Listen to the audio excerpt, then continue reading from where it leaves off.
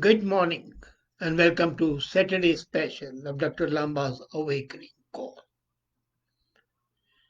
We had talked of the Puranas last time, and this time, as sure, I'm going to talk of an excellent composition. And that composition, despite its excellence as a piece of poetry, as a piece of historical record, as a piece of establishing the connectivity between the Sikhs and the Hindus as a piece that is autobiographical of a great religious leader, Gobind Singh, who was possibly the only religious leader who combined the concept of saint and soldier. And curiously, this is a part of Dasam Granth. This is the third book in Dasam Granth, and it's called Bachittar Natak. Now, Bachittar Natak, if you want to translate it, means replenishing drama. It's not Natak at all, it's not a drama at all. It's sheer poetry, but it's in the shape of dialogues and conversation. But in case you are thinking of looking at it from the dramatic point of view as a genre, no, it's not that. It is autobiographical, it's informative, it's extremely devotional, and it's about 100 pages long, a bit short of 100 pages. And the third creation, as I said, in Dasam Granth, the book which is separate from Guru Granth. Guru Granth has 1430 pages and Dasam Granth has 2326 pages. Now imagine the creativity and the length of the work and the breadth of the work.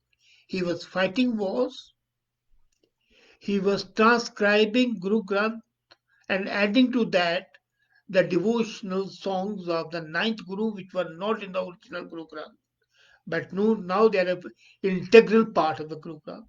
And then he wrote 2,326 pages of poetry, which is exquisite, covers Chandi Diwar, Soye, Chandi Charitra, Chobis Avtar, Up Avtar, Akal Ustat, and Bachittar Natak among them.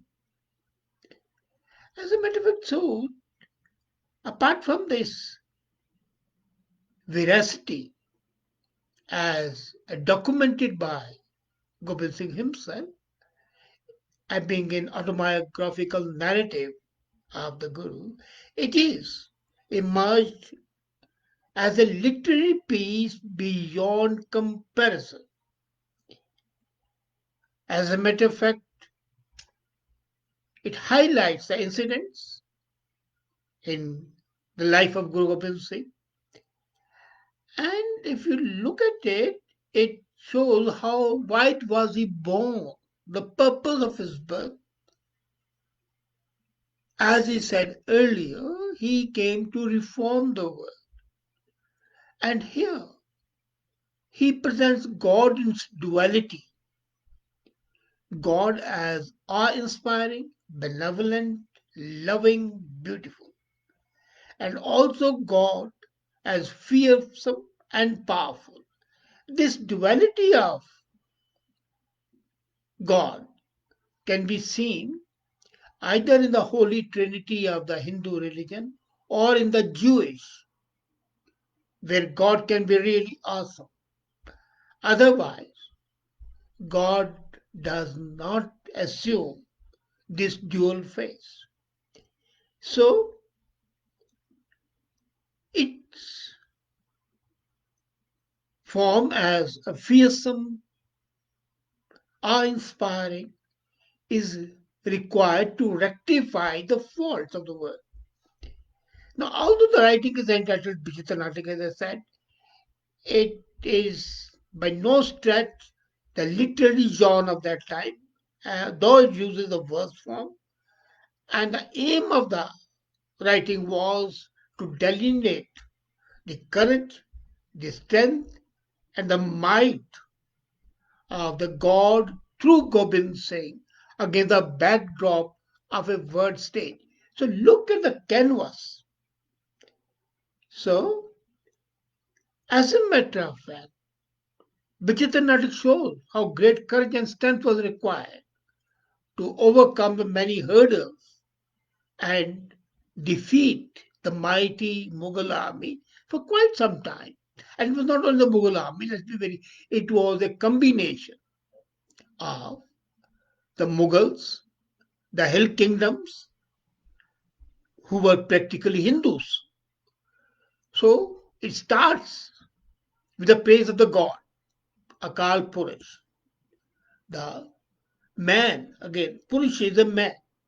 Akal is beyond death. So there's an identity between the god and the man. And then it starts the genealogy of Gobind Singh. It starts with King Surya, King Raghu, King Aja, King Dasrath, Lord Rama, and onward. I'll take it up just in a few minutes. And then it gives the life as Gobind Singh is living now, includes the Battle of Nadam, Hussaini battles, and continues the historical record till the arrival of Prince Muslim in Punjab, and that is till AD 1696. Now, the language is Braj Bhasha, Upper Brahm Bhasha, and there is some semblance of Persian as well. The story of Gobind Singh is told by Sampath as well, but then where he finished, Gobind Singh starts. And chapter wise, if I look at it, the first chapter is My Life.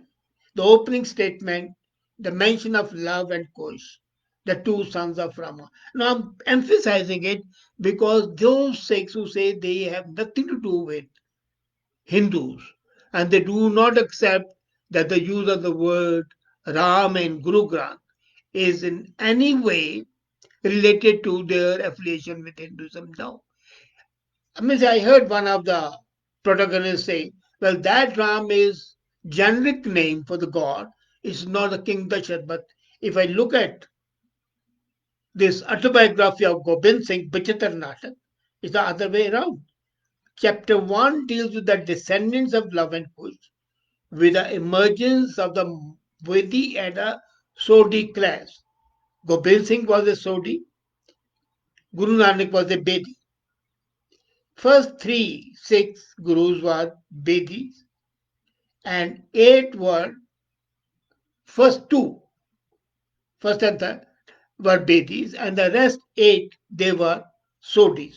So both descended from Love and Kush. Now, interestingly, chapter 4 goes to recitation of Vedas, and it continues with the interaction of the Bedis and the Sodhis. Then, till that time, till the chapter we reach chapter 5, we find that the nine gurus preceding Guru Gobind Singh, though they belong to different clans, still had the same lineage because they divided at one time. Now comes the interesting part, chapter 7. It describes the birth of Guru in Patna and arrival in Madhya Desh. And Madhya Desh is Punjab. Then chapter 8 deals with the Battle of Bangani, settlement of Anandpur, and the spiritual activities. Ninth is the Battle of Nadam, description of Khanzada and his flight, and Battle of Hussaini. Now look at the genealogy. It's very interesting that the Bedis and the Sodhis, from which the Sikh Gurus were born, the genealogy starts with King Surya, Surya Vansh. Then is Raghu, son born in Suryavanshi dynasty. Then Aja, son of Raghu. Then Dashath. Dashath's son was Rama, Lakshman, Bharat, and Shatrughan. Rama's son was Love and Kush. Then they continued till Kalkat and Kalraj came. They came in the 14th century or in the 13th century. Then Kalkat and Kalraj had children, which is Sodi Rai. He was born as son of Kalkat Rai. And Sodi Rai started a Sodi clan. Then Kalkat also started Bedi Vansh. So these two clans started. Guru Nanak, as I said, started, belonged to Bedi, but Gobind Singh and others to the Sodhis. So the whole genealogy shows that the Sikh Guru, the 10th Guru, traces his roots back to Rama as a matter of Suryavansh. Raghu, Raghu Kulrit Sada Chalai, if you remember that. Now, what's the beauty in this? If I look at Bachittar Natak in juxtaposition with the other writings, and my favorite is Zafarnama, the letter of victory, which he wrote to Aurangzeb, thereby showing the victory of Gobind Singh, the moral victory. And there's one couplet there, which is again my favorite and it's very popular. Chukar az hama heel te dar guzash. Halal ast burdatin shamshir dast. When every effort fails, it's necessary to pick up arms. Now, you can see the echo of Arjun's advice given by Krishna. When Krishna recited Gita and asked Arjun to pick up arms because all efforts had failed, the same thing is echoed in Zafarnama. And on the one side, the Guru traces his genealogy to Rama. On the other side, his philosophy relates to Krishna. If I take up Advaita as the scene in the Akal Ustat, the other part of Dasam Granth, which I'll take up in the next issue, in the next episode, we'll discuss Akal Ustat. It's a great book again. We find that Gobind Singh combined the philosophy of Vedanta, Advaita, on one side, the concept of Krishna on the other, and bloodline goes to Rama. So the Hindu philosophy's impact, I would call it an impact, he carries it on. He's a crusader. So those Sikhs who refuse to accept their lineage, saying there is nothing, that means they are not accepting Guru Gobind Singh as their Guru. If Gobind Singh says that he was born over there, and they say, no, we don't accept it, then it's not accepted. And as I said, the very fact that he is the order, it's a moral finesse. We want peace. Each human being is important. But when all efforts fail, it's important to pick up the soul. And this couplet, Chukaras Hama Heel Te Gurdas, Halalast Burdatan Vashamshir Das. The great poignancy, the ultimate need to pick up the arms to fight injustice is described here, and there can be no better way, no better description than that.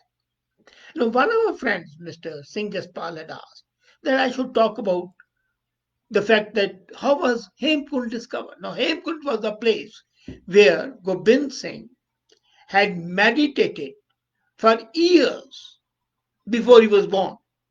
As he mentions in Bachittar Natak, when he was meditating there, God appeared to him and told him to go and take birth as Gobind Singh, Gobind Rai to begin with, to rectify the injustices being done by the Mughals, especially by King Aurangzeb. And this was the place of meditation, the Tap Asthan, the place of meditation of the 10th Guru. And the shrine is mentioned in Dasam Granth, but it was never discovered. People talked of it as El Dorado, and it was basically discovered in 1884, and that was done by Pandit Tara Singh Narottam. He was a 19th century Nirmala scholar. His findings were later on published by the renowned exponent Bhai Veer Singh. Now, Bhai Veer Singh, in his book Shri Kalgidhar Chamatkar, mentioned about the geographical location.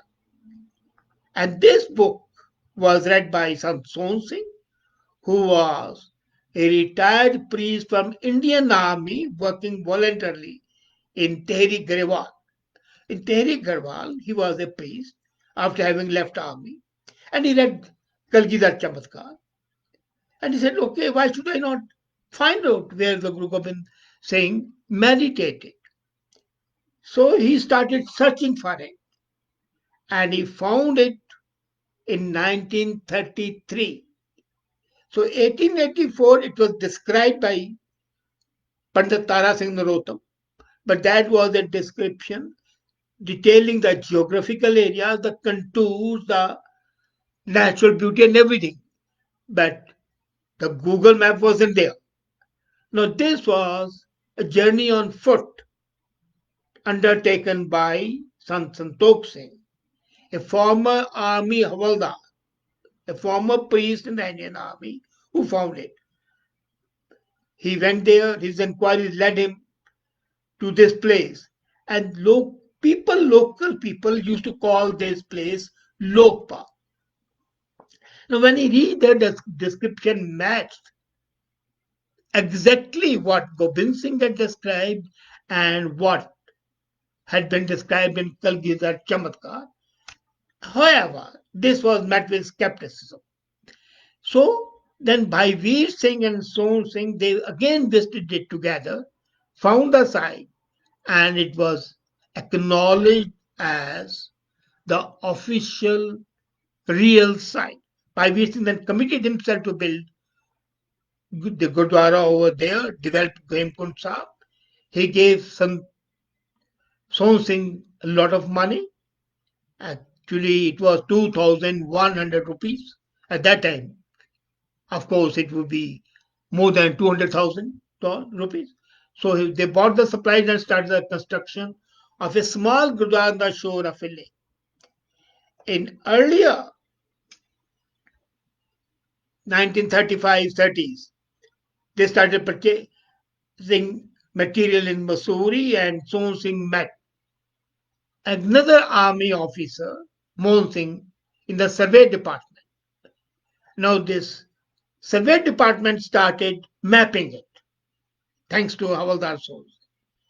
And Madan Singh, Son Singh, Bhai Singh, this team started building the Gurdwara, which was completed in 1936.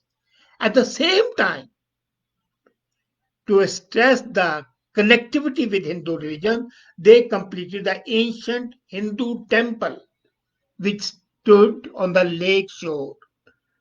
So both the Gurdwara was built, and then the team started getting bigger and bigger. There's a Canadian connection as well.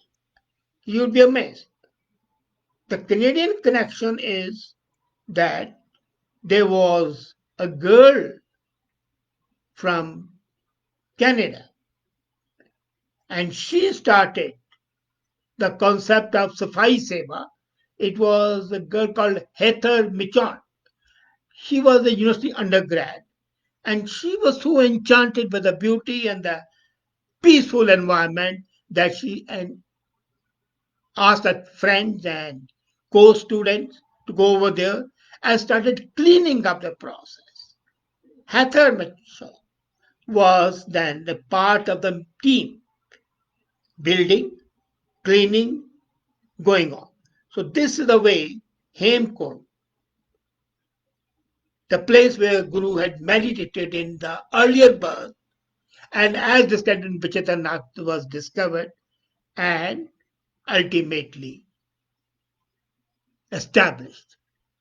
As a matter of fact, I remember the physical remembrance of this place as described by Bir Singh. Now, in Punjabi poetry, is sheer bliss, but I'll translate it and read it. The translation reads as the traveler passes by, leaving behind his footprints. Those footprints vanish with the passage of time. But some footprints are so important that the people worship them, make monuments there, which keep conveying their historical importance from generation to generation. These footprints become imperishable. And this Hemkund, the personification of Bachittar Natak, and in fact, a corollary and a proof of Bachittar Natak's veracity shows that Gobind Singh remembered his earlier lives. He knew the purpose of his coming. He fulfilled the purpose to a great extent. And when, as I said earlier, a precursor of the modern thought like Red Cross, human rights, gender equalization, they were all promoted by Gobind Singh. But Bachittar Natak shows three things important. It's significant basically for three things: autobiographical, lyrical, exposition of Vedanta, exposition of Gita Upadesh, and the lineage for Lord Rama, thereby absolutely demolishing the pleas of those fundamentalists who want to create the division between the two communities. Think about it. Thank you.